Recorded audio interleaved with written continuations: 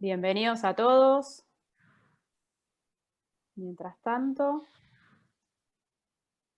mientras seguimos admitiendo gente, por supuesto, en este lujo que tenemos hoy acá, desde ALADE.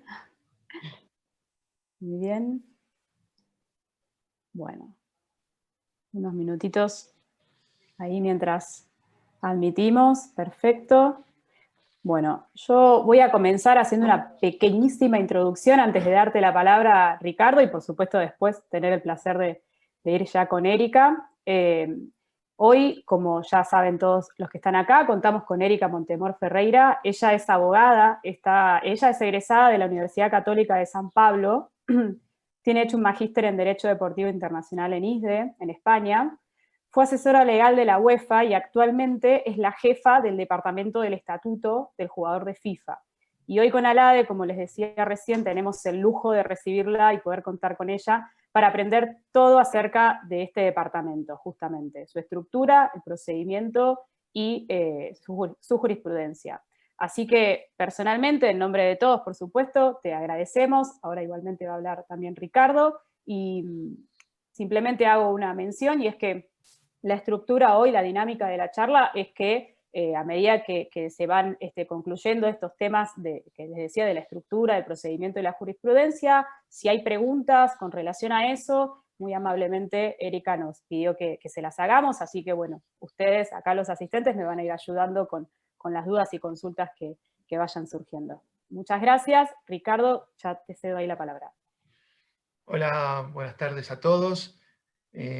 Bueno, hoy con otra reunión de lujo. Gracias, Erika, nuevamente por tu generosidad a este grupo de abogados poder transmitir todos tus conocimientos, experiencias. La verdad, nadie mejor que vos para este tema, que nos enseñes todo el funcionamiento, todo lo que ya tienes preparado. Muchas gracias. Muchas gracias a los asistentes, que hay, como siempre, gente de todo, desde España, Italia, desde México para abajo, hay compañeros, colegas de todos lados. Muchas gracias por dedicar este momento. Y bueno, gracias, siempre damos las gracias a la gente, a los colegas de ALADE que hacen posible técnicamente todo esto. Como Juan Raskowski, Guillermo Castillo, Facundo Ballester y Leo Flaminio y Daniela Cornejo, ¿no? Así que gracias. Y nada, dos cositas. De las semanas que vienen ya lo vamos adelantando. El jueves que viene está Luis Marcondes, que nos va a hablar sobre TPO, TPI, derechos o beneficios económicos. Nosotros creemos que es la persona indicada, el colega indicado para desarrollar este tema. El 26 va a estar Carlos Schneider, el jefe del departamento disciplinario de FIFA, así que otra de las reuniones imperdibles. Y después también, como venimos anunciando, ya fijaremos un poquito, nos dirá un poquito la fecha, vamos a tener el placer de escuchar a Emilio García Silvera. Así que de acá hasta que termine el año calendario vamos a tener reuniones, una, digamos, tan interesante como la otra. Así que nada, gracias a todos. Bueno, brevemente, la introducción. Estamos en el tema de la comisión, o sea, el Departamento del Estatuto del Jugador, que para un abogado, que este es un foro básicamente de abogados, es el corazón casi de nuestra actividad en esta materia, en tema de derecho del fútbol, en los planteos internacionales en FIFA. Obviamente que hay otros departamentos, el disciplinario, pero digo, el corazón de los conflictos están acá. Así que acá es fundamental conocer bien dónde estamos parados, y pues nadie mejor que Erika para exponer, ¿no? Erika, como decía, ya lleva 10 años en FIFA, es de las, en algún punto, veteranas en el plantel de FIFA, así que ha habido toda la evolución, y nosotros, desde el punto de vista de los usuarios, damos las gracias a todo el departamento legal, y específicamente, en este caso, a la Comisión del Estatuto, obviamente la cabeza de Emilio, y luego Erika como quien dirige este departamento, y a todo el equipo, obviamente. Agradecer, ¿por qué? Porque hubo una evolución. Todos lo sabemos que antes podíamos estar años llevando un procedimiento, y hoy tenemos casi asegurado que en unos pocos meses el procedimiento está terminado. Esto cambia radicalmente nuestra posición en nuestro asesoramiento, en nuestra, digamos, actividad. Nada, adelantar solo que esta es una charla que va a ser imperdible, va a estar entre las mejores del año, se lo puedo asegurar, se lo podemos asegurar, y creemos que van a ver, cuando termine la charla va a quedar la sensación como que este encuentro, esta charla, es imprescindible para cualquier abogado que esté en derecho deportivo, pero también para todo dirigente de una federación nacional, para los dirigentes de los clubes grandes, porque es vital que conozcan el funcionamiento, los temas que se tratan, y por supuesto también para los agentes, para su actividad de intermediarios, esto lo tienen que conocer sí o sí. Así que, Erika, nada, muchas gracias, un lujo poder tenerte acá, y te damos la palabra para que ya seas la dueña de la reunión. Bueno, quiero primero agradecer la invitación y el honor de estar aquí. Obviamente prefería estar en Argentina antes que en Zúrich, que ya hace un frío, pero bueno, para decir que es un placer y en realidad, bueno, el honor es mío.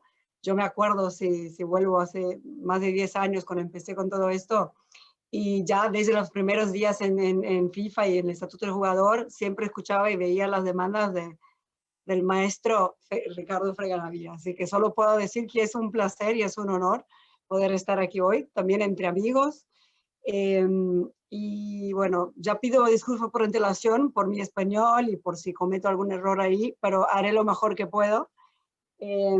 Incluso antes me acuerdo cuando empecé que tenía un acento más argentino cuando hablaba, pero después de tanto tiempo con Emilio y en España, obviamente que tengo una mezcla ahí que no sabemos de dónde viene.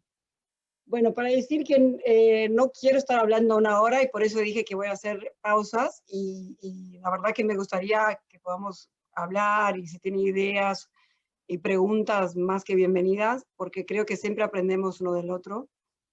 Y antes de entrar en cada tema, sí para decir que o sea, en 2010 empecé, febrero de 2010, en el Estatuto del Jugador, en una estructura muy distinta, en una manera mucho más lenta, muy distinto, ¿no?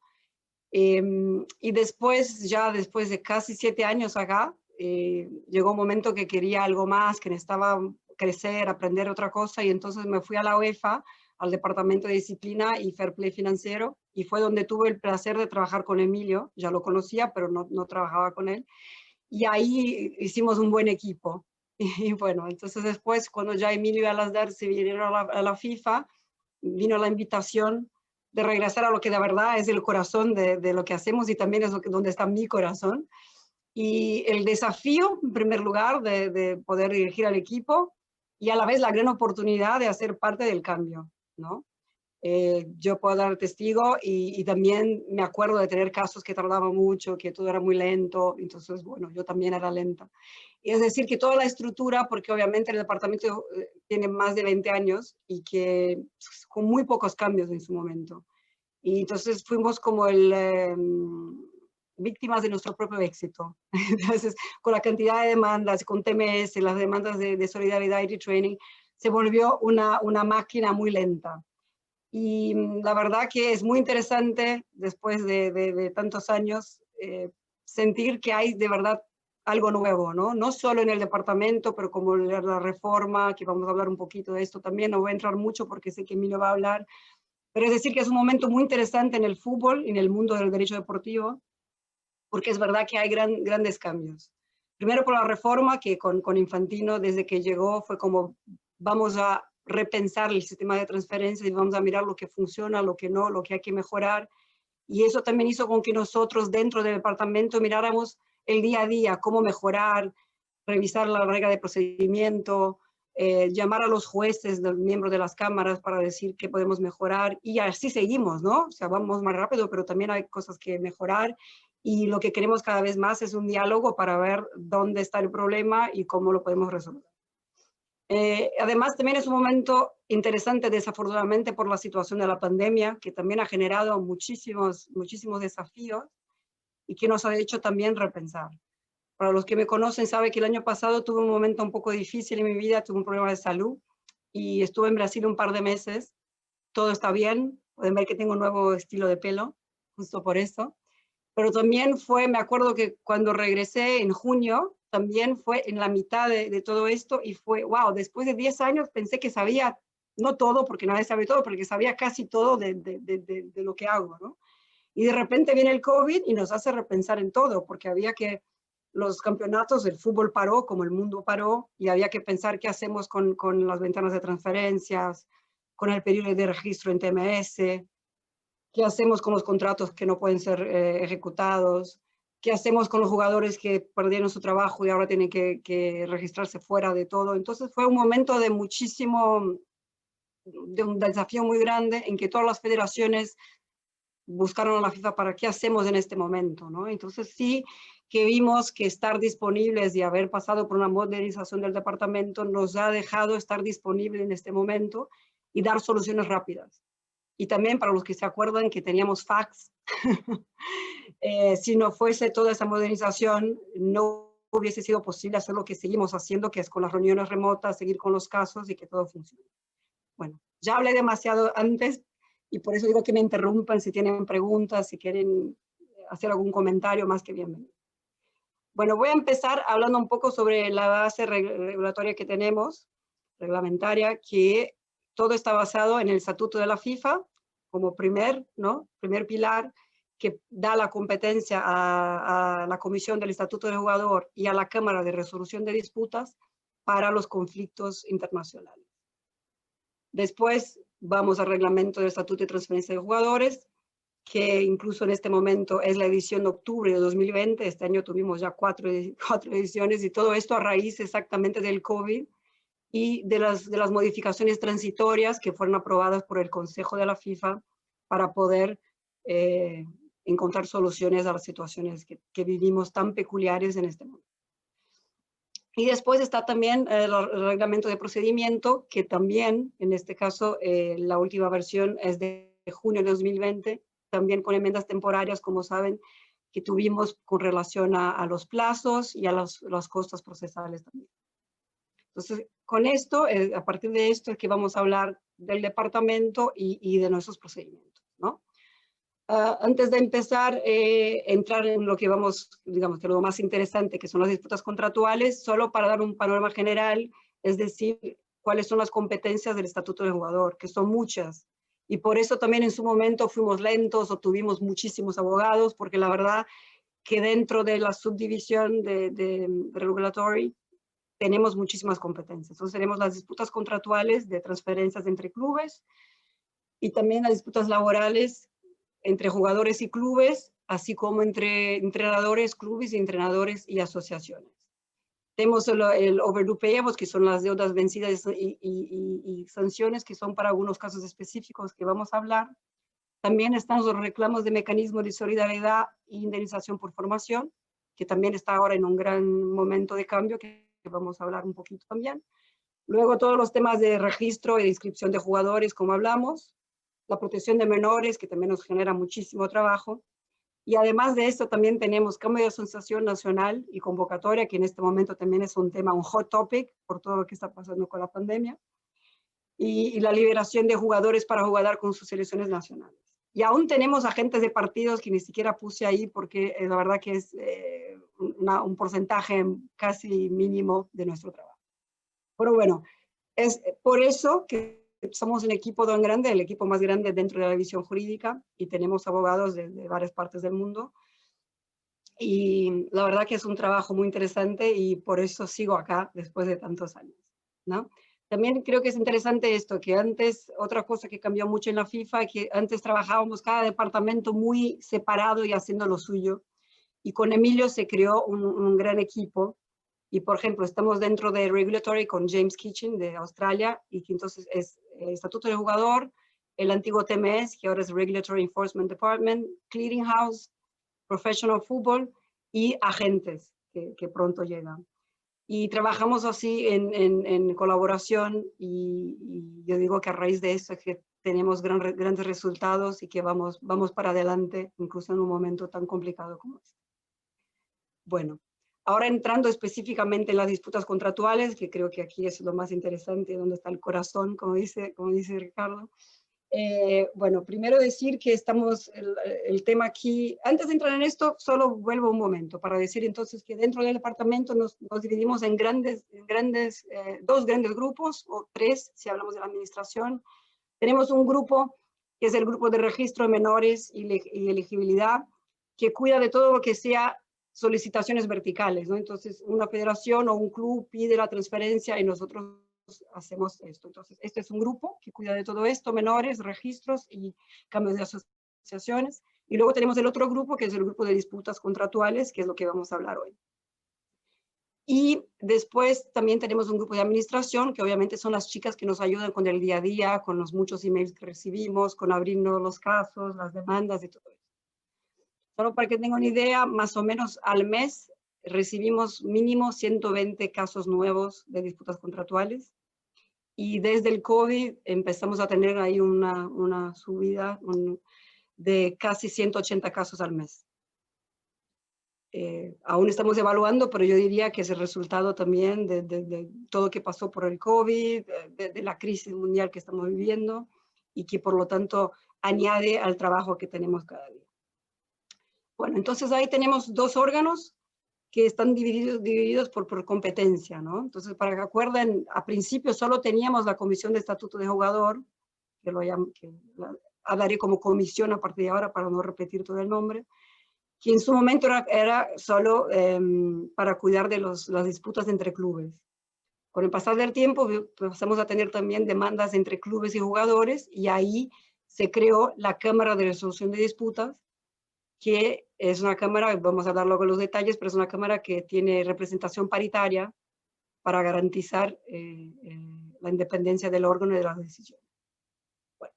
Y además de esto, tanto la Cámara como la Comisión tienen sus jueces que pueden actuar como juez único, también para que podamos ser más efectivos, más rápidos y para decidir en casos que los montos no sean tan altos y que la complejidad del caso tampoco sea tan grande, o sea, que sea un caso que esté de acuerdo a la jurisprudencia.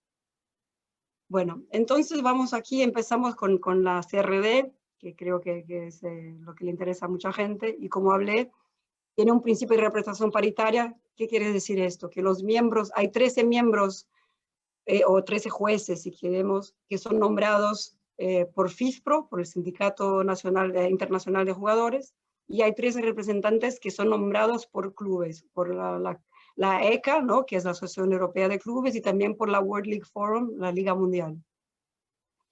Y aparte de esto tenemos un presidente y, perdona que está mal ahí, son dos vicepresidentes porque por la cantidad de casos ahora tenemos dos exactamente para poder tener más reuniones. Entonces tenemos un chairman, dos vice chairman, y siempre las decisiones cuando son de la Cámara son con 3 miembros y siempre es un miembro que sea de la lista de los jugadores, un miembro de la lista de los clubes y uno de el presidente o uno de los dos vicepresidentes para decidir sobre una lista de casos. Esto como anécdota cuento también los motivos de por qué éramos lentos. Yo me acuerdo cuando llegué en 2010, teníamos una reunión cada 3 o 4 meses con 15, 20 casos. Hoy, cada 2 semanas, tenemos una reunión del PSC, la comisión, una reunión de la CRD y una reunión de los jueces únicos. Para que te imagines la diferencia. Y además, como hablaba, como queremos seguir sin un backlog, sin un acúmulo un retraso de casos como teníamos antes, ahora tenemos que someter el número de casos que entran, lo que quiere decir 120, 140 casos al mes decididos. Entonces, es un gran cambio, lo que también ha requerido cambio del reglamento de procedimiento, cambio de la manera de trabajar adentro, cambio de los jueces que también entienden la necesidad de decidir en un número mucho más grande de casos. Bueno. Aquí es importante saber que la competencia viene del reglamento de la RCTP, artículos 22 y 24. En el caso de la CRD, como hablamos, son disputas entre clubes y jugadores, y siempre es importante acordarse que para que la FIFA sea competente hay que haber un elemento internacional. Entonces, digamos, lo más común, que es el 22B, es una disputa entre un club y un jugador de nacionalidades distintas. Entonces, un jugador brasilero que tiene un contrato con un club argentino y por lo tanto la dimensión internacional está. Ahí no hay ninguna duda y creo que que es bastante sencillo. Donde sí se complica, donde hay discusiones, es cuando, digamos, es un jugador argentino en un club argentino, pero el elemento internacional surge de la disputa por la transferencia. Entonces, ese jugador rompe su contrato para ir a Barcelona, por ejemplo, ¿no? Al Barça. Y por lo tanto, surge el elemento internacional exactamente porque hay una disputa sobre la transferencia. Entonces, cuando el Barcelona le pide a la Federación Española que pida el CTI, el Certificado de Transferencia Internacional del jugador, el club argentino dice no, porque el jugador tiene un contrato conmigo válido hasta 2021. Entonces, en este momento surge el elemento internacional. Igual les digo, si por ahí digo cosas muy básicas, que también me avisen y salto y vamos adelante. Pero bueno, entonces son los dos, digamos, principales. Y también acordarse que con relación a las disputas internacionales, el 22b, hay que también saber que si las partes han acordado o en el contrato o en el convenio colectivo de que la competencia es de la Cámara Nacional de Resolución de Disputas, que esté dentro de una federación, entonces también FIFA puede declinar su competencia diciendo que este órgano es el competente. Pero hablamos de eso después porque hay algunos detalles que tienen que estar presentes para que FIFA decline su competencia. Bueno, además de esto, también como hablamos de derechos de formación y solidaridad, también es de competencia de la CRD. Entonces, aunque hoy las demandas sean interpuestas en la TMS, ¿no? En la plataforma del sistema de correlación de transferencias, la disputa es decidida y sometida a un juez del subcomité de la CRD. Y bueno, saben que ya a partir de julio de 2020, no solo las transferencias entre clubes internacionales, pero también las transferencias nacionales pueden generar solidaridad desde cuando el club que tenga derechos sea un club extranjero. Entonces, esta es la novedad, por así decir, que también es de competencia de la CRD. Y es importante también decir acá que, bueno, pronto esta parte la vamos a perder como competencia porque se va a entrar en la clearing house, aunque seguiremos competentes para casos complejos en que se haya discusión sobre el pasaporte. Bueno, como hablé antes, solo para resumir, que como decíamos que están nombrados por clubes y jugadores, y como había dicho que hay la posibilidad de que el juez decida como juez único, y ahí pongo que de acuerdo al artículo 22, que fue modificado cuando yo volví a la FIFA con Emilio, que fue la idea de, bueno, antes el máximo eran disputas hasta 100.000 francos suizos. Entonces vimos que había muchos casos que iban un poco por encima de este valor, pero que tenían que ser sometidos a la Cámara y muchas veces se retrasaba también por esto. Entonces se decidió aumentar este límite a 200.000 francos suizos. Pero lo importante es saber que no basta que sea un monto, digamos, si es un caso en que el jugador demanda el club por 180.000 francos suizos. Pero es un caso muy complejo en que hay discusiones sobre la competencia o sobre otros temas que no hacen parte de la jurisprudencia establecida de la Cámara. Entonces, en este caso, aunque sea por debajo del límite, también se somete a la Cámara porque se entiende que es algo que con 3 jueces la discusión y el tema merecen que se someta a la Cámara. ¿Okay? Bueno, eso ya hablamos, entonces vamos. Aquí es, no, perdón. Aquí hablamos de la comisión, que entonces tiene la competencia distinta. Y la comisión tiene competencia ahora mismo para disputas laborales, pero entre un club y un entrenador o entre una asociación nacional y un entrenador. Otra vez es importante que entienda que hay que haber un elemento internacional. Entonces, si es la selección argentina y el entrenador es argentino, la FIFA no será competente. Hay que haber un elemento internacional de nacionalidades distintas. Y bueno, la misma manera que pasa con las disputas contractuales con jugadores, también si existe un tribunal arbitral independiente que garantice un proceso justo y las partes hayan acordado, entonces el club y el entrenador o la asociación y el entrenador, también la FIFA puede declinar su competencia. Y bueno, y luego la mayoría de los casos que tienen la comisión, que son las disputas entre clubes de asociaciones distintas. Entonces, como hablamos antes, ¿no? Si un club argentino transfiere un jugador a un club español y el club español no cumple con lo que está establecido en el contrato, no paga la transferencia o no paga el interés o algo que esté una disputa contractual, entonces también la FIFA será competente y la competencia es de la comisión para decidir sobre este tema. Como hablé antes, es importante saber que el procedimiento está puesto en el reglamento de procedimiento y ahí las partes pueden saber todo que hay que presentar y cómo se hace el procedimiento. Aquí también es importante que hicimos un gran cambio en junio de 2018, exactamente para poder ser más eficientes. Entonces, Ricardo seguramente va a acordarse que antiguamente teníamos muchos intercambios de correspondencia porque faltaba documento, porque no estaba traducido, porque el club venía y decía no sois competentes sin hablar sobre el fondo del asunto, teníamos que regresar y había mucho ir y venir, lo que se retrasaba también el caso. Entonces lo que se hizo fue un cambio un poco inspirado en el código del Tribunal Suizo, del TAS, para decir, las partes cuando vienen tienen que traer toda la documentación. Y la respuesta es la oportunidad para hablar de todo, de la competencia, del fondo del asunto, de traer lo que tiene que traer para basar todos sus argumentos, los documentos, las traducciones y todo. Y dejamos un poco de estar siempre detrás de las partes porque al final no podemos hacer el servicio, no, el servicio es del abogado o de la parte porque no están obligados a tener abogados, pero seamos más rápidos y más estrictos con los plazos. Saben que antes recibíamos la respuesta después de plazo y se aceptaba y éramos más, digamos, sí, menos estrictos. Y ahora no, el plazo es bastante estricto y las reglas están bastante claras. Entonces creo que eso también ha ayudado a que podamos ser más rápidos. Obviamente que hay mucho por mejorar, pero sí que hay un gran cambio en este sentido. Bueno, entonces ahí no voy a entrar en cada punto, pero solo para que tengan ahí visual que es bastante sencillo poner una demanda ante la FIFA, que en la página que ahora tenemos, incluso la legal@fifa.com, que lo creó Emilio, y que ahí tiene todo lo que necesitas. Incluso Emilio recién sacó el Legal Handbook, que tiene todos los reglamentos y las cartas circulares más importantes para que un abogado pueda actuar o que una parte pueda poner su demanda directamente. Entonces ahí queda bien claro qué es necesario en cada uno para que una demanda sea recibida y todo lo que es necesario. Muchas veces aún tenemos que volver y pedir que completen, pero creo que ahora es bastante claro.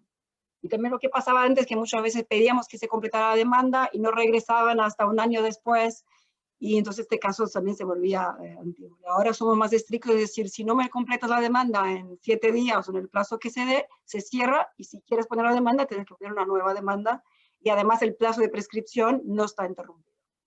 Entonces también estamos más estrictos para que las partes sean más diligentes y el sistema pueda seguir funcionando de una manera correcta. Otra cosa que es muy importante y que solemos tener mucho es el tema de las partes reconocidas por la FIFA. Entonces, a veces por ahí seguimos teniendo un agente que viene a poner una demanda diciendo que quiere que FIFA decida sobre un caso, o un club que ya no es afiliado. Entonces es importante saber que, de acuerdo al artículo 6 del reglamento de procedimiento, solo pueden ser parte de las asociaciones nacionales los clubes afiliados, los jugadores, los entrenadores y los agentes de partido. En su momento también éramos competentes para los agentes y en el futuro, yo diría casi 100% de garantía que vamos a volver a ser responsables por los agentes. La única diferencia es que tendremos un departamento específico para los agentes que tenemos a Luis como head del departamento. Y bueno, y es importante esto, que sea un club afiliado. Entonces el club deja de ser afiliado, la comisión o la cámara pierde su competencia para decidir. Bueno, otra cosa también es importante que obviamente de acuerdo al artículo 22, FIFA respeta el derecho de las partes y también la soberanía nacional, porque de acuerdo a muchas leyes nacionales es así, de que si el jugador o el club en una disputa laboral pueden poner la demanda ante el tribunal ordinario del país. Y muchas veces, por ejemplo, Brasil, está la obligatoriedad de ir. ¿No? Ahora se están cambiando con la CNRD, pero antes siempre es obligatorio ir a la corte ordinaria. Entonces, entre esto y también que hay la Cámara Nacional de Disputas, es importante saber que muchas veces pasa que una parte pone una demanda en FIFA, mientras la otra parte pone la demanda a nivel nacional. Entonces, sí que en caso de litispendencia, la Cámara va a mirar quién empezó con el caso antes, porque obviamente no pueden tramitar 2 casos a la vez. Y otra cosa importante también es, obviamente, res judicata. Si ya hubo una decisión a nivel nacional, no vale, porque la parte no le guste el resultado, venir a la FIFA para que haya una nueva decisión. Entonces son 2 puntos ahí que creo que son interesantes. Bueno, vamos entonces primero a disputas entre clubes y jugadores, que creo que es digamos, el gran volumen de trabajo que tenemos, y ahí vamos a hablar un poco sobre esto. Antes de entrar en el tema, casi me olvido, Daniela, perdón, abro para si tenía alguna pregunta sobre lo que hablé hasta ahora, sobre o la estructura interna o de los órganos, o si tiene alguna anécdota, algún comentario, alguna pregunta. Bueno, esperamos a ver si por acá, por el chat, no hay ninguna pregunta, pero esperamos por si alguien, a ver, levanta la mano o algo. Pero no, pareciera que no, que está... A ver, no, perdón, disculpa. Pensé que Norberto me había hecho un movimiento, pero no. Podés Ricardo, continuar. ¿algún comentario? Por Ricardo, quizás, que... A ver, espera que le voy a habilitar el micrófono, que...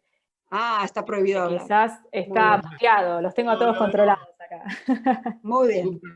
Súper claro, Erika, la verdad que nada, la estructura, cuando no hay preguntas es porque está súper claro el tema y bueno. Y O porque no entendieron nada y yo hablé demasiado.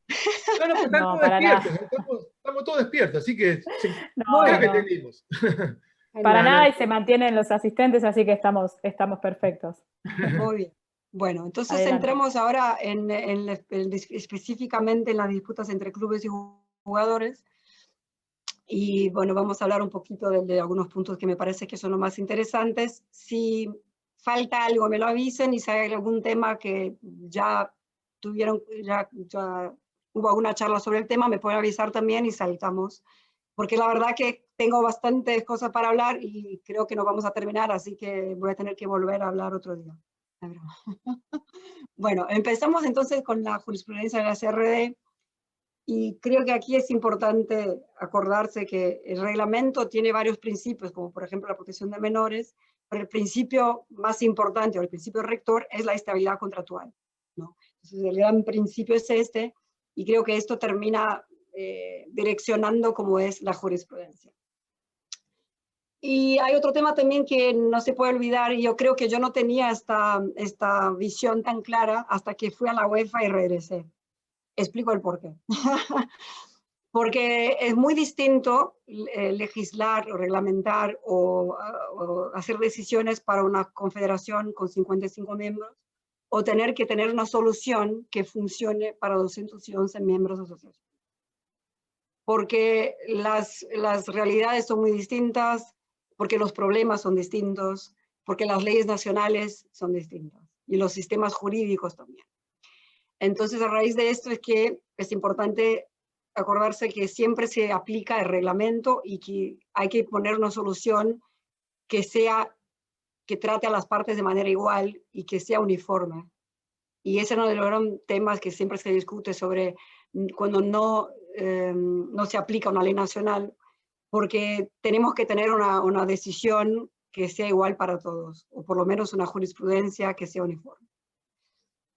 Por eso o sea, el principio general que un contrato tiene que ser por escrito y que tiene que ser firmado por las partes y que tiene que tener los requisitos básicos, ¿no? Es decir que, me acuerdo que por ahí Ricardo se va a acordar de esto, al principio teníamos muchos casos en que el jugador venía con una demanda, pero ni siquiera tenía una copia del contrato porque no le habían dado una copia del contrato. Y teníamos la dificultad que es, sin una prueba de que hay un contrato firmado, no podemos decidir. Obviamente que hay casos muy peculiares que pudo el jugador demostrar los pagos y de otras maneras que había un contrato, pero digamos, la regla es un contrato firmado. Además, como para que seamos competentes tiene que tener un elemento internacional, por estar en TMS ya casi no tenemos ese tipo de problemas porque siempre hay un contrato de trabajo y aunque el jugador no tenga copia, tenemos nosotros a través del TMS. Eso está bien. Otro tema también es el tema de los requisitos mínimos que hay que tener, que es partes determinadas, la duración del contrato, remuneración, firma de las partes. Y bueno, desde que hay esos elementos, para nosotros es un contrato. Esto es importante porque a veces las partes se ponen un poco creativas y ponen nombre de oferta, de propuesta, no sé, de lo que sea. El nombre no importa, es lo mismo que pasa con un jugador amateur o aficionado o profesional. Lo que importa es la realidad. Y si el contrato tiene todos los puntos necesarios, los elementos necesarios, se reconoce como un contrato. Bueno, es lo que hablaba. Obviamente que está esta dificultad porque puede ser que hay, por ejemplo, en Suiza es un ejemplo. Si yo tengo una oferta de trabajo por email y yo confirmo, es un contrato. No necesito un contrato firmado.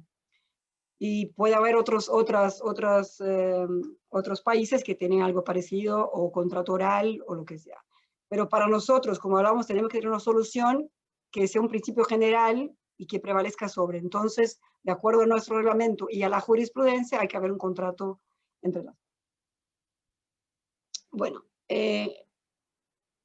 tenemos también en este punto de una validez del contrato, casos en que a veces un jugador o un club dice, pero yo no firmé este contrato es falso. Obviamente que no tenemos ni la capacidad y ni somos un tribunal criminal. Por lo tanto, lo que se hace en este caso es pedir un documento original. Y con el documento original se hace como un análisis, como si cualquier persona, ¿no? En layman, una persona puede mirar que sea parecido. Obviamente, si no tiene el original, entonces sí, la jurisprudencia es que, bueno, prevalece el argumento de la otra parte de que el contrato no es válido porque no solo con contrato, también, lo mismo vale, por ejemplo, para recibos de pago o algún otro tipo de prueba en que haya esa discusión. Bueno, pero ahora creo que lo más importante para la rescisión contractual es el tema de la causa justificada, ¿no? Y aquí el tema es si una parte termina un contrato anticipadamente, como hablamos que el principio rector es la estabilidad contractual, obviamente que hay una consecuencia por este término unilateral anticipado del contrato. Y como hablamos, no hay una regla general de que si pasa esto o no había, porque vamos a llegar a esto, si pasa esto, el contrato se terminó sin justa causa o se terminó con causa justificada y por lo tanto la otra parte, la parte responsable por la quiebra del contrato, tiene que indemnizar. Pero sí que siempre fue la jurisprudencia que lo que importa es un incumplimiento sustancial del contrato que hace con que la otra parte ya no espere la ejecución o que ya no pueda seguir con el contrato. Entonces creo que el ejemplo más obvio, por así decir, es el impago de los salarios, porque obviamente cuando las partes firman un contrato, el punto esencial, el elemento esencial del contrato es el servicio que da el jugador al club y la consideración de que el club paga por este servicio que el jugador entrega al club. Por lo tanto, yo diría que digamos, lo más común es que un jugador termine el contrato porque el club no le pagó los salarios. Lo mismo pasa al revés. Si un jugador no regresa de vacaciones o no deja de entrenar y todo esto, el club puede tener causa justificada para terminar el contrato. Lo que es importante acá es como hablamos otra vez, porque todo viene del hecho de que el principio rector es la estabilidad contractual. No vale que el jugador, porque pasaron 2 días que no le pagaron el sueldo, terminó el contrato. O el jugador, o el club, porque el jugador no vino a entrenar una semana, terminé el contrato. No. La terminación del contrato es el último recurso. Entonces, primero, siempre se espera que las partes busquen una solución y que ponga la otra parte en default, ¿no? O sea, que yo, si el club no me paga, le voy a informar al club, no me has pagado, te doy un plazo X para que me pague. Lo mismo el jugador, si el jugador no viene a entrenar, el club tiene el deber de notificar. Esto es importante por 2 puntos, no solo porque es la jurisprudencia, pero también acuérdense que no tenemos audiencia, creo que en 20 años tuvimos 2. Las decisiones se hacen con base en la documentación. Entonces también, si el abogado que argumenta que una parte o otra parte han incumplido con el contrato, tiene que tener prueba. Y la prueba es notificación. Entonces es importante también tener esto en mente. Bueno, ahí es lo que hablaba antes. Solo habíamos el artículo 14 que decía de la causa justificada, pero dentro de la reforma, de la primera reforma del sistema de transferencias, algunos artículos nuevos entraron en el código. Uno de ellos es el 14 bis. Y el 14 bis no es nada nuevo, no inventamos la rueda, no. pero se puso por escrito la jurisprudencia constante de la Cámara. Y es decir, si un club deja de pagar más de 2 meses del sueldo y el jugador lo notifica para que lo haga el pago en 15 días y el club no lo hace, el jugador tiene causa justificada para terminar el contrato. Entonces, algo que era jurisprudencia ahora está escrito en el reglamento. Lo que es importante aquí es que no solo está el tema de los dos meses, pero también está el tema de que son 2 meses y que hay que haber una notificación con un plazo mínimo de 15 días. Entonces siempre digo, yo decía esto al sindicato de jugadores que lucharon por esta conquista. Es decir, está bien, pero ahora hay también un requisito del otro lado. Entonces, si un jugador termina el contrato después de 10 días, no quiere decir que no tiene causa justificada, pero no puede apoyarse y tener la seguridad que se aplique el 14 bis. Entonces, es decir, tenemos la regla general de causa justificada, que es el 14, y el 14 bis, que es una regla específica de una causa justificada para terminar el contrato por el impago de un sueldo de 2 meses. ¿Qué es importante? Que hay contratos distintos en todo el mundo, hay contratos que no tienen pagos mensuales, que por ahí tienen cada 2 meses o cada 6 meses o una prima contractual. Es importante saber que no necesariamente son 2 salarios, pero es el monto, perdona que me falta la palabra, el monto equivalente a 2 meses. Entonces, si se paga cada 6 meses, se va a calcular pro rata si 2 meses están incumplidos o no. ¿Okay? Creo que eso es importante, porque muchas veces viene esta pregunta. Y también, creo que es interesante, claro que estamos aprendiendo porque son artículos más o menos nuevos y la jurisprudencia se está desarrollando. Para que tengan una idea, tuvimos un caso no hace mucho tiempo en el cual el jugador, cuando envió la carta de notificación, le dio al club 10 días y el artículo dice 15 días. Pero cuando el jugador terminó el contrato, ya habían pasado 3 semanas. Entonces la Cámara entendió, a pesar de la notificación ser de 10 días, de facto, el jugador le permitió al club 3 semanas para hacer el pago y el club no lo pagó. Por lo tanto, se entendió que se aplicaba el 14 bis y que el jugador tenía causa justificada para terminar el contrato. Ese es un ejemplo que me parece interesante. Entonces, aunque la regla sea muy clara, aún hay espacio para interpretación. Bueno, en este tema no sé si tienen preguntas, si no voy a pasar para sí, tiene pregunta Ricardo. Perdón, ¿Ricardo? No. Ah, perfecto. A ver, ahí está. En este tema, Erika, una preguntita, porque es la falta de pago.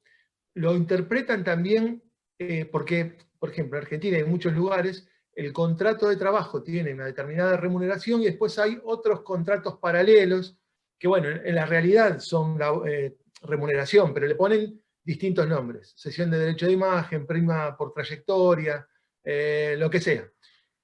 La falta de esos pagos que en teoría no están dentro del contrato de trabajo y que las partes le dan una naturaleza civil, por más que en el fondo, digamos, por el convenio colectivo deberían ser parte de la remuneración. ¿La FIFA lo toma también como falta de pago a esos otros rubros que, digamos, no están en el contrato pero que están en forma paralela? Ahí hay 2 puntos. Lo mismo, lo mismo que hablé sobre el nombre del contrato, vale también para esto. Tenemos muchos casos en que dicen derecho de imagen. Digamos, tenemos un contrato de trabajo y un contrato de derecho de imagen, pero miramos que el sueldo en el contrato de trabajo es $1.000 y el derecho de imagen son 100.000. Obviamente que es una manera de incumplir con la regla o de intentar burlar el pagamento de tasas, de impuestos, no lo sé. Ahí siempre digo que entra el trabajo del abogado de demostrar, uno, que los dos son lo mismo, que esto también es un contrato de trabajo y muchas veces la Cámara lo ha reconocido. Pero ahí el tema aquí está en que hay que demostrar que 2 meses enteros de sueldo combinado están fuera. Como dije, obviamente que esto no limita la terminación, pero a lo mejor no se aplica el 14 bis, pero se dice que considerando todo, hay una causa justificada con base en el 14 y no en el 14 bis. ¿Sí? Muy bien. Muchas gracias. Bueno, nada. Paso entonces al tema de las cláusulas, que creo que son importantes, que muchas veces son de interés, que es decir, que obviamente que siempre la FIFA y la Cámara respetan el acuerdo de las partes, pero sabemos que a la vez, es verdad que muchas veces, no siempre, hay jugadores que no están en igualdad con el club, y hay cláusulas que son consideradas potestativas o unilaterales, y que por lo tanto muchas veces la Cámara en el momento de decidir el caso puede decir esta cláusula no se aplica porque es abusiva o porque es desproporcional o porque es potestativa.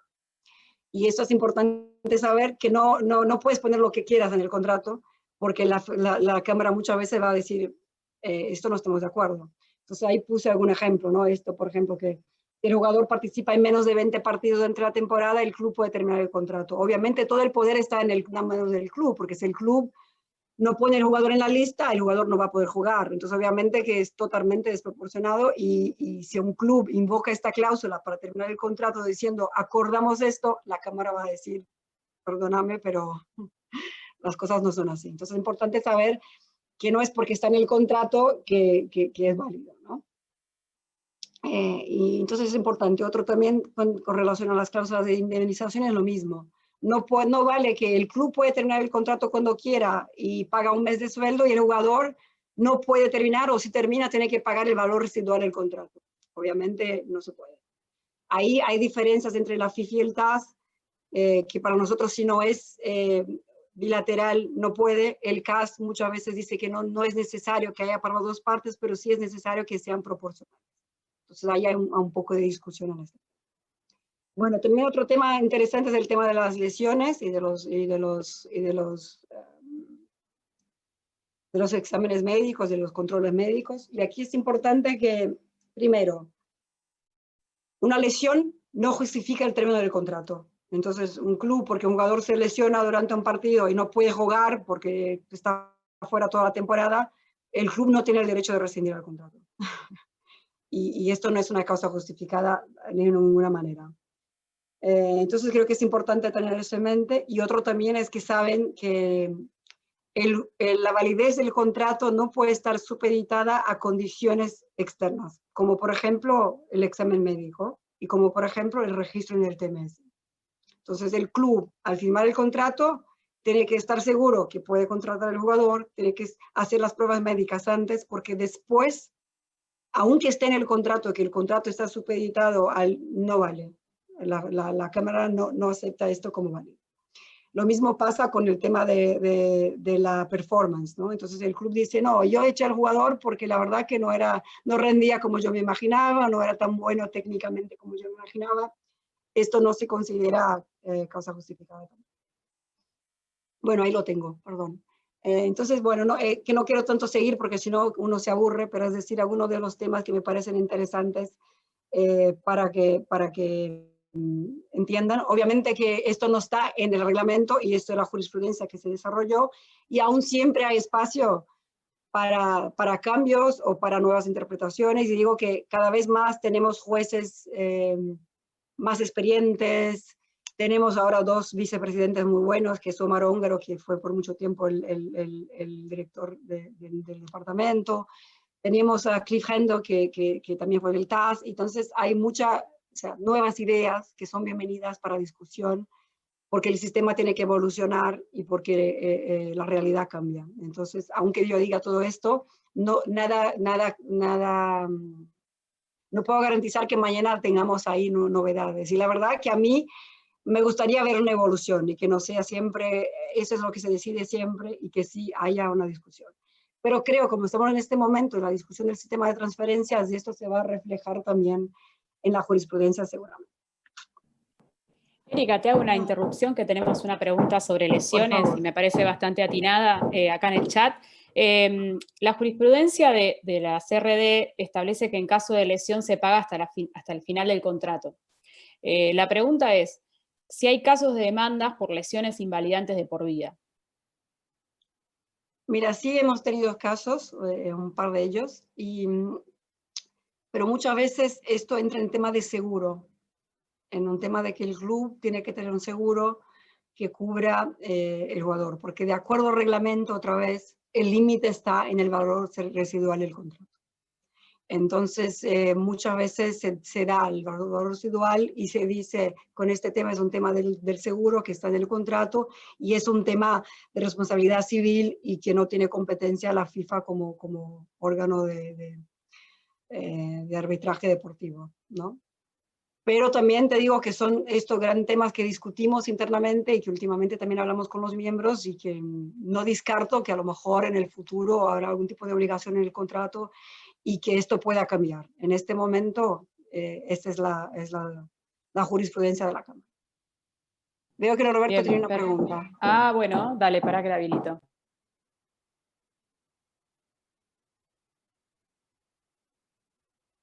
Sigue mudo, porque veo el micrófono así. Ahora sí. ¿Está bien?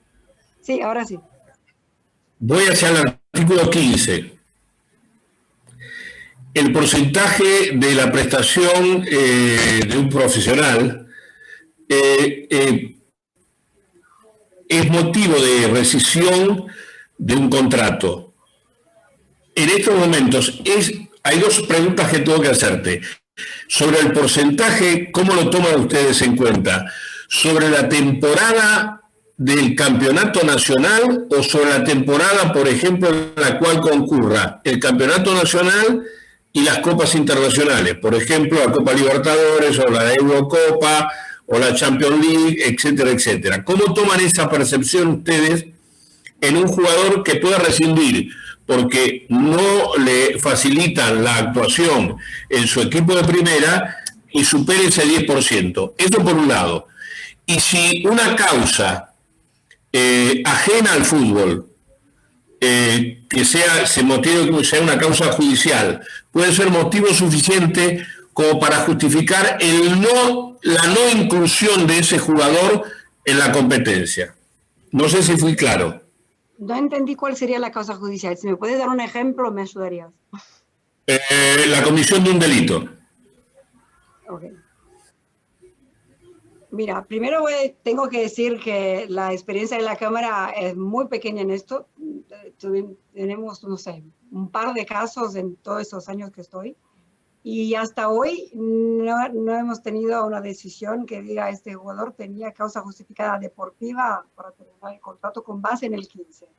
Muchas veces luego se va al 14, pero no hemos tenido hasta ahora. Primero porque perdona que tengo el mío ahora aquí, que lo tengo en inglés, no lo tengo en español, pero porque habla de un jugador establecido, de un jugador, entonces ya, porque lo que se dice es, a menos que esté en el contrato, no hay una obligación de que el club ponga este jugador a jugar.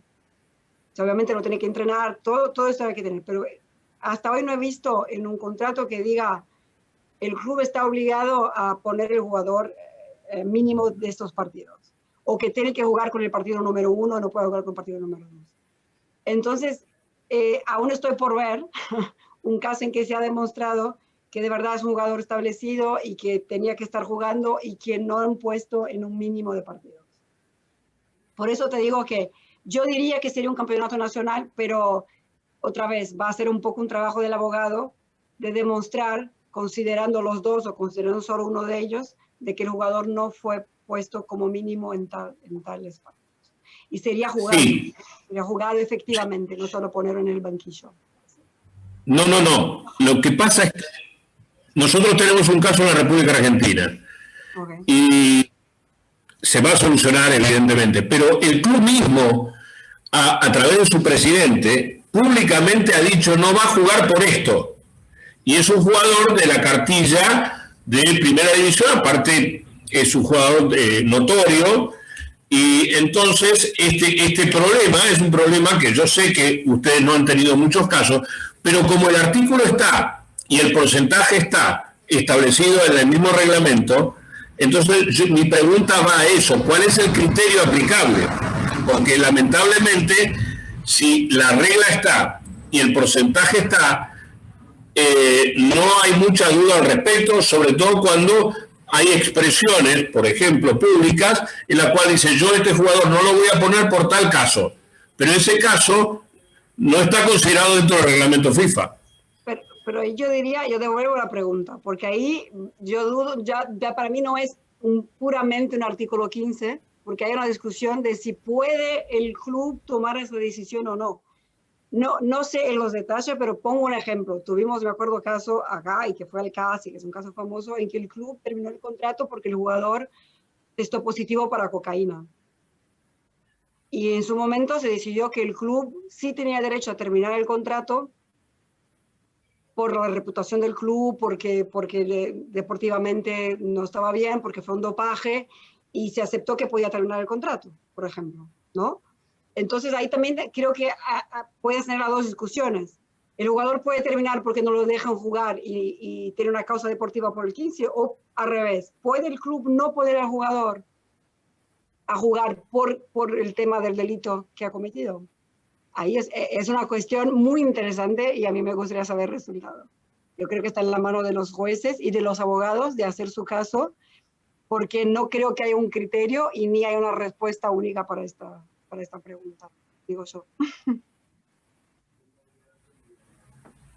Bien, tengo una perfecto. pregunta, Daniela, porque veo que, o sea, yo muy emocionada de hablar de todo, pero veo que son las 8, bueno, una hora, llevamos una hora, y es para saber hasta cuándo tenemos para ver qué salto para centrarme en lo que es más interesante, no lo sé. Es un poco para que la gente no se duerma también. No, eso te aseguro que la gente no se está durmiendo, yo los estoy acá controlando también, despreocupate, y seguimos aparte con todos los asistentes acá conectados y también con preguntas. Por supuesto, con relación al tiempo, Erika, lo que vos consideres, eso desde ya. Generalmente es hasta del horario de ahora, media hora, 45 minutos más. Así que manéjate con tranquilidad. Quiero hacerte una pregunta antes que tengo acá en el chat, justamente con el tema de las lesiones. Eduardo lo que pregunta es, ¿qué pasa si un jugador que se va a préstamo a un club, se lesiona en ese club donde está a préstamo, después retorna? Lo que pregunta específicamente es quién se hace cargo del salario de ese jugador una vez que retorna del préstamo lesionado. Yo diría que depende de lo que dice el contrato entre las partes del préstamo. En teoría es, a menos que haya acordado, es si ese jugador tiene contrato conmigo, con mi club, yo tengo que pagar el sueldo. Se considera más o menos que cuando el jugador se va al club de préstamo, el contrato con el club anterior está suspendido mientras está con el club de préstamo. Y cuando regrese, pues vuelve. Yo no me puedo acordar de un caso específico de que haya pasado esto. Y otra vez a lo mejor es un tema de seguro, pero cuando vuelva al club de origen y tiene contrato válido, el club de origen tiene que hacer el pago del sueldo. Excelente, perfecto. Gracias. Nada. Bueno, paso un poquito más para el tema de la indemnización. Bueno, solo para cerrar esto, antes de entrar en el cálculo de indemnización, para que no olviden que el principio de la última ratio y que siempre hay una carga de la prueba de las partes, ¿no? Y por ejemplo, en casos de jugadores que muchas veces el club no, pero el jugador se portó mal, el jugador no vino, el jugador salió a tomar con los compañeros y no vino, o sea, siempre hay una carga de prueba bastante alta y el club, igual que el jugador, tiene que demostrar que puso el jugador en default, que le avisó, y no vale que el club venga como testigo el entrenador para decir que el jugador tenía mala conducta. Entonces también hay una carga de la prueba de demostrar que de verdad el club tenía derecho a terminar el contrato. Bueno, vamos al punto entonces de la indemnización. Como hablábamos, lo mismo que pasa con el inicio del artículo, siempre la FIFA primero mira quién ha acordado las partes. Si en el contrato hay una cláusula de indemnización, se aplica la cláusula de indemnización. Punto. Si no hay una cláusula de indemnización, aplicaremos el artículo 17. Pero es importante que en el caso de que haya una cláusula de indemnización, hay que ser, como hablamos, una cláusula que sea recíproca, que tenga una repartición igualitaria de derechos y que sea proporcional. Entonces, como hablé antes, no vale que para el club terminar el contrato sea muy fácil y que para el jugador sea o imposible o sea muy caro. Entonces, tiene que ser proporcional. Hemos visto, por ejemplo, alguna vez, el jugador tiene un sueldo, vamos a poner un ejemplo, de $1.000 y se termina el contrato, tiene que pagar $1.000.000. No. Obviamente que es proporcionado con el contrato, y entonces lo que hace en este momento la Cámara es no se aplica, y aplicamos el 17 con el cálculo que deviene del artículo. ¿Qué es importante? El artículo 17 ha tenido un buen cambio. Con esta reforma se ha cambiado el artículo 17 para poner muy claro cómo se calcula la indemnización que el club tiene que pagar cuando termine el contrato sin causa justificada o cuando el jugador termine el contrato con causa justificada. Entonces, cuando el club es el culpable de la terminación unilateral del contrato anticipada, el club tiene que pagar la indemnización, y como hablamos, si no hay una cláusula o esta cláusula no se aplica, vamos del cálculo a través del artículo 17. ¿Qué es importante hacer aquí?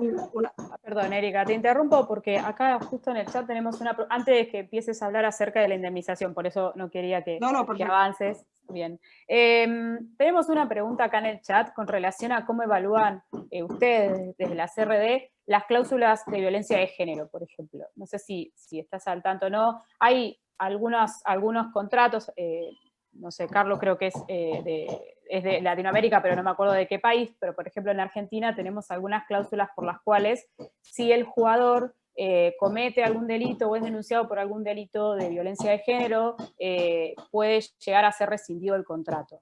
¿Cómo evalúan ustedes este tipo de terminación con causa supuestamente justificada, por lo menos por parte del club? Mira, la verdad, interesante la pregunta, nunca hemos tenido un caso parecido. Y Bien. Siempre digo que me preguntan a mí, pero digo, a ver cómo decidirían los jueces. La verdad, nunca he pensado en este tema. Pero digo, en general siempre se va a evaluar si la cláusula es proporcional y si tiene sentido, y además si el club hizo todo lo que podía para que se consiguiera con el contrato, ¿no?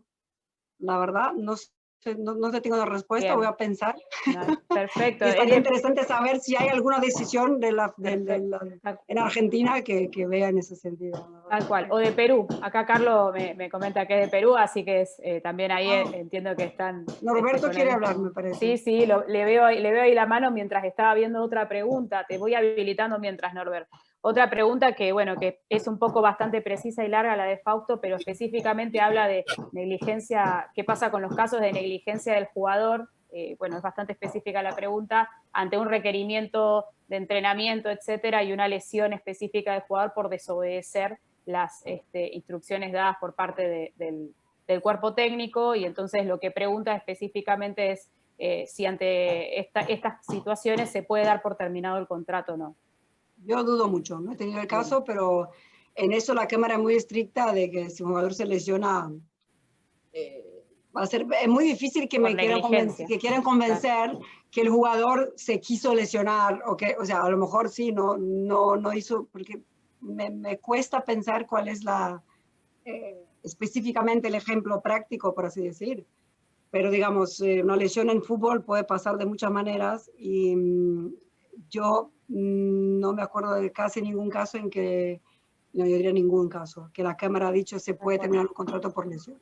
Tal cual, porque una cosa es la negligencia y otra cosa es la lesión, en definitiva, que el jugador recibe. Y como te dije también, o sea, lo mismo, y puede que el jugador desobedezca una orden, o puede que el jugador falte a un entrenamiento, o venga tarde de las vacaciones, y esto aislado no da derecho al club a terminar el contrato. Lo mismo que un jugador, si no recibió un sueldo, no se considera que puede terminar el contrato. Es siempre un conjunto de circunstancias que hacen con que la continuación del contrato ya no tenga sentido, o que ya no se espere que la otra parte siga con él.